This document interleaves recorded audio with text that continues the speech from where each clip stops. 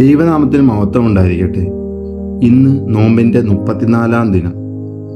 ഇന്നേ ദിവസം വചനധ്യാനത്തിന് എടുത്തിരിക്കുന്ന വിഷയം ക്രൂശിലെ സ്നാനം എന്നുള്ളതാണ്. ക്രൂശിലെ സ്നാനം എന്നത് യേശുക്രിസ്തു ക്രൂശിൽ അനുഭവിച്ച പീഡയും ത്യാഗവും നമ്മുടെ ജീവിതത്തിൽ ഉൾക്കൊള്ളുന്നതിനെ സൂചിപ്പിക്കുന്ന ഒരു ആത്മീയ ആശയമാണ്. യേശു തന്റെ ജീവിതം സമർപ്പിച്ചത് മനുഷ്യരുടെ രക്ഷയ്ക്കായി ആയിരുന്നു. അതുകൊണ്ട് ക്രൂശ് വെറും ഒരു വേദനയുടെ അടയാളമല്ല, മറിച്ച് സ്നേഹത്തിന്റെയും രക്ഷയുടെയും പ്രതീകമാണ്. ക്രൂശിലെ സ്നാനം എന്നത് നമ്മുടെ സ്വന്തം ജീവിതത്തിലെ കഷ്ടപ്പാടുകളും പരീക്ഷണങ്ങളും മുന്നിൽ തളരാതെ വിശ്വാസത്തോടെ അതിനെ സ്വീകരിക്കുന്നതിനർത്ഥം.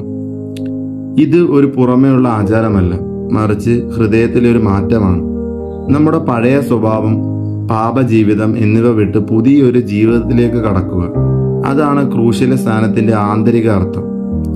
ഇത് നമ്മെ ക്ഷമിക്കാൻ പഠിപ്പിക്കുന്നു, മറ്റുള്ളവരെ സ്നേഹിക്കാൻ പ്രേരിപ്പിക്കുന്നു, ത്യാഗത്തിന്റെ മൂല്യം മനസ്സിലാക്കാൻ സഹായിക്കുന്നു. ക്രൂശിലെ സ്നാനം സ്വീകരിക്കുന്ന ഒരാൾ തന്റെ ജീവിതത്തിൽ ദൈവത്തിന്റെ സാന്നിധ്യം കൂടുതൽ ആഴത്തിൽ അനുഭവിക്കും. അതിനാൽ ക്രൂശിലെ സ്നാനം എന്നത് ഒരു ആത്മീയ പുതുക്കലാണ്. വേദനയിലൂടെ വിജയത്തിലേക്കും മരണം വഴി പുതിയ ജീവിതത്തിലേക്കും നയിക്കുന്ന ഒരു വിശ്വാസത്തിന്റെ യാത്രയാണ്.